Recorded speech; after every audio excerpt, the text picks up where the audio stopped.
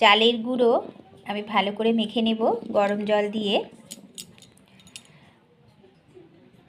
এখানে আমি নারকেল কুড়িয়ে রেখেছি।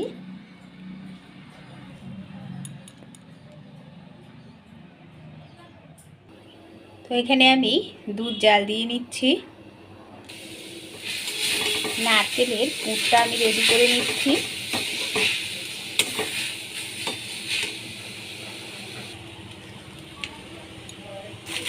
গুড় দিয়ে দিলাম।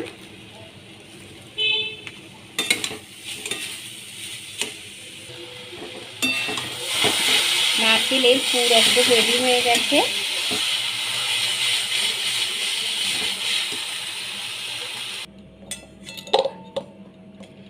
এখানে আমার চালের গুঁড়োটা মাখা কমপ্লিট হয়ে গেছে। এইভাবে আমি গোল করে নিচ্ছি। পুর এখানে রেডি আছে।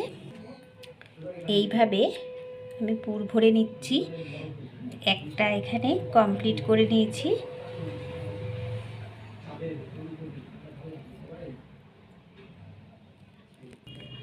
এরকম করে আমি পিঠেগুলো তৈরি করে নিয়েছি। এখনও অনেকগুলো বাকি আছে।